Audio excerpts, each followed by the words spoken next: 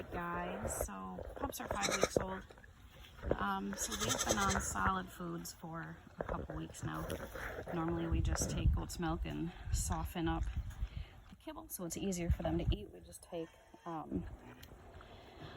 high quality, large breed puppy dry kibble and then just soak it in goat's milk. But this morning we started integrating some what I call toppers into the feed. So this morning I took a can of sweet potatoes and I poured it on the kibble and then took chunks of the sweet potato, chopped it up and kind of mixed it in with the kibble along with a little bit of goat's milk to see what they thought of that, and they absolutely are devouring it. They're loving it. They're liking it better than just plain old goat's milk, so that's great. I like to try to get as much into their food as possible and change it up on them. So obviously we start with the goat milk. Now we'll do sweet potatoes for, I don't know, a few days. And then let's see, what else will I add in there? Pumpkin at some point. We'll end up pumpkin puree, putting it in there. Scrambled eggs, cottage cheese, goat cheese, pretty much anything that I can think of. Hi, Mr. Blue. To just really keep their palates tasting new things, new textures, things like that. It's obviously nutritionally good for them as well, but really kind of helps to avoid having really picky, choosy puppies as far as appetites go. Hi, Mr. Orange. So that's why we do that. And then they're starting to get where we're starting to want to chew on shoes and legs when we come in their pen, which is not okay ever. So we start correcting that now. Oh, I'm sorry. I think I stepped on your toesies. I'm sorry. So already at this point, I'm starting to correct them with that because nobody wants that.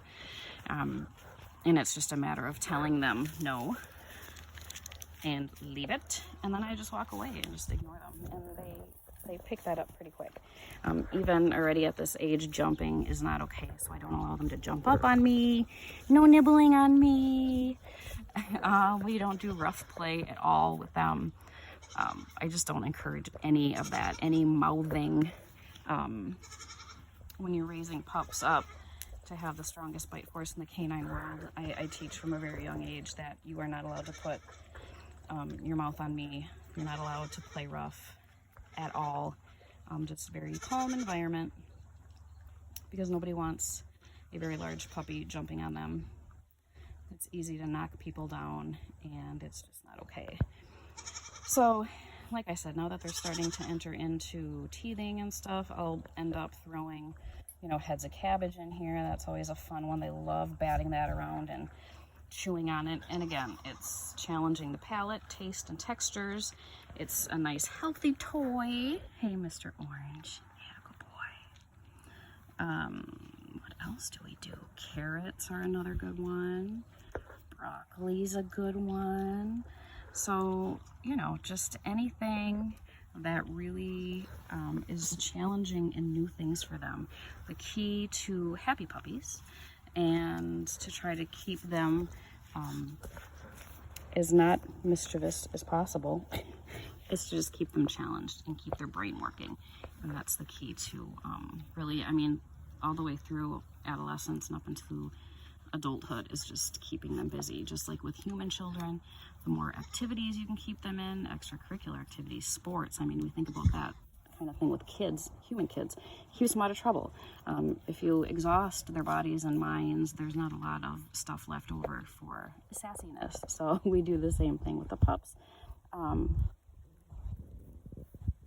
So yeah, we're just enjoying the breakfast this morning. Right, Mr. Cyan? I am super interested what color he's going to be.